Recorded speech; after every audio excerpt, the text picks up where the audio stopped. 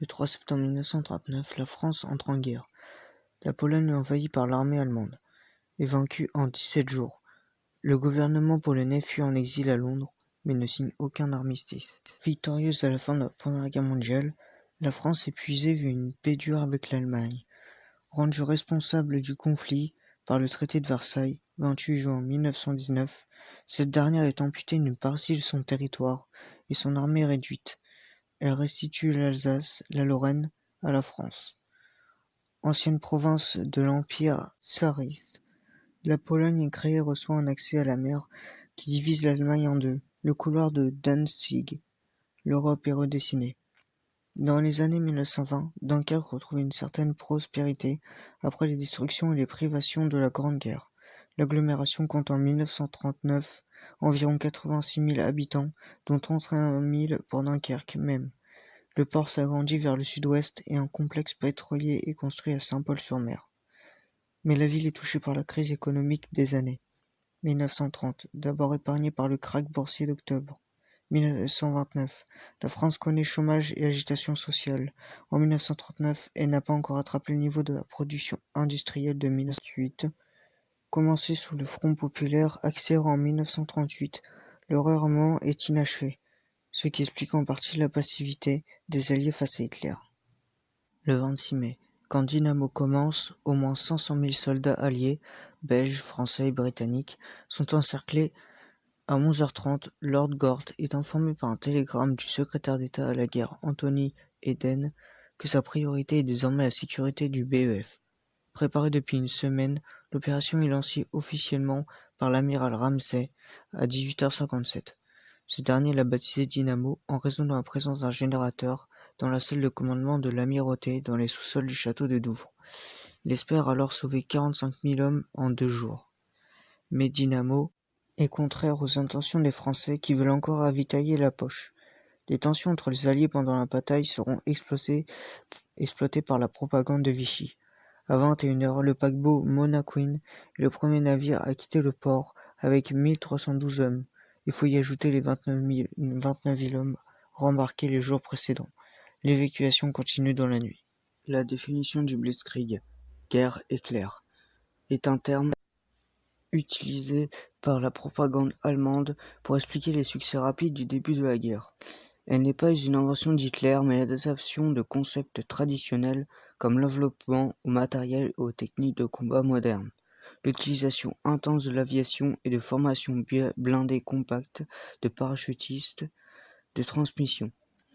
La Panzerdivision consacre le principe de l'autonomie de l'armée blindée et la formation des officiers allemands favorise la prise d'initiative sur le terrain. Appuyé par la Luftwaffe, le point blindé allemand frappe ainsi un point clé, Schwerpunkt, à la sortie des Ardennes avec les 1222 Panzer du groupe d'armée à Von Klecks, la plus grande force blindée jamais rassemblée jusque-là. La Blitzkrieg rompt ainsi avec l'obsession du front continu hérité de la Première Guerre mondiale qui paralyse une partie du commandement français. Revenons à l'opération Dynamo. Les plages situées entre Dunkerque et La Panne ont joué un grand rôle dans l'opération Dynamo. Plus de 98 000 hommes ont été rembarqués depuis le rivage, sous la menace permanente du bombardement. Divisées en 4 secteurs A à D, les plages offrent l'avantage de leur étendue sur 20 km et de la protection des dunes et du sable qui atténue les impacts. Le rembarquement depuis le rivage est cependant difficile. Sa faible pente oblige les hommes à s'enfoncer dans l'eau sur plus d'1,5 km pour atteindre les navires mouillés au large. Des embarcadères de fortune, construits avec des véhicules immergés, facilitent le transportement, également assurés par les chaloupes et autres little ships non sans perte dues au bombardement, à la surcharge ou à la panique. Cela dit, leur embarquement sur les jetées du port inadapté à ce genre d'accostage n'est pas plus facile. Il faut improviser échelles et passerelles de fortune.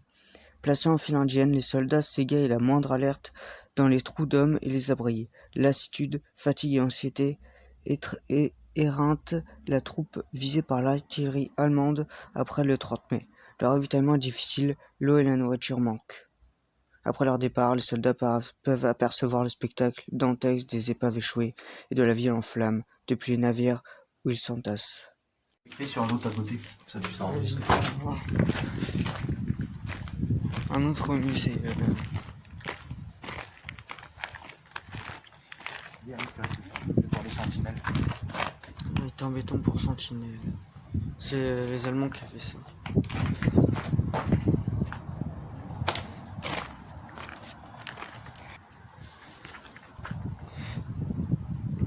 Canon de 88 mm de l'artillerie côtière allemande. Celui-ci servait pour la protection des ports. Il pèse 4500 kg. Voilà. Ça c'est des obstacles allemands mis en place sur les plages pour éviter un éventuel débarquement des Alliés.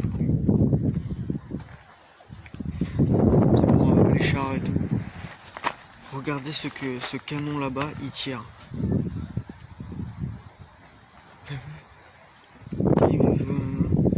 35 mm. Enfin c'est... Super impressionnant. Bien, le truc. Je verrai après.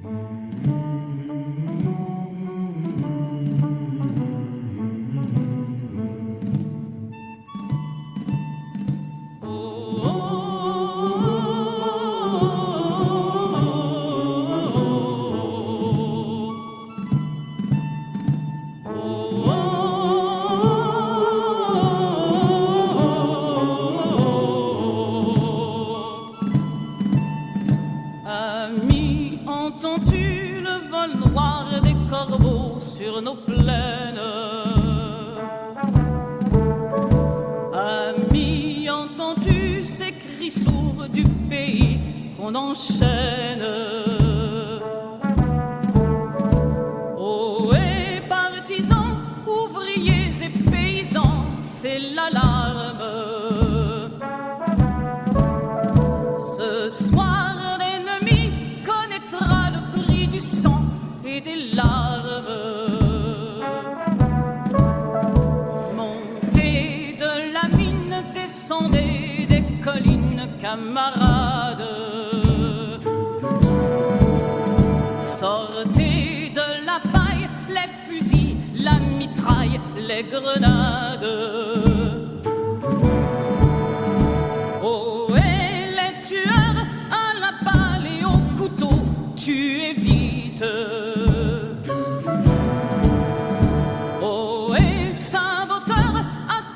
À ton fardeau, dynamite. C'est nous qui brisons les barreaux des prisons pour nos frères. La haine à nos trousses et la faim qui nous pousse la misère. Il y a des pays où les gens creux des lits font des rêves. Ici, nous vois-tu, nous on marche et nous on tue, nous on crève. Ici, chacun sait ce qu'il veut, ce qu'il fait quand il passe. Ami, si tu tombes, un ami sort de l'ombre à ta place. Demain, du sang noir séchera au grand soleil sur les routes. Chantez, compagnons, dans la nuit, la liberté nous écoute. Ami, entends-tu les cris sourds du pays qu'on enchaîne?